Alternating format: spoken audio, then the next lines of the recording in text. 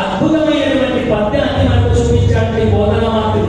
ఎలా పెరుగుతూ ఉన్నంట మహమ్మను పెరుగుతూ ఉంటే రవిబింబంబు పాత్రమగు చక్రంబై వామను పెరుగుతూ ఉంటే ఆకాశంలో ఉన్నటువంటి సూర్యుడు ముందు ఒక గొడుగులాగా అనిపించాడట.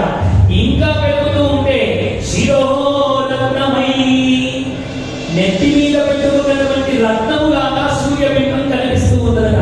శ్రవణాలంకృతయై ఇంకా పెరుగుతూ ఉంటే చెవులకు పెట్టుకున్నటువంటి ఆభరణమానట్టుగా సూర్యుడే కనిపిస్తున్నాడంటే వామనుడు ఎంత పెరుగుతున్నాడో చూడండి. సౌవర్ణ కేయూరమై చలిపక్క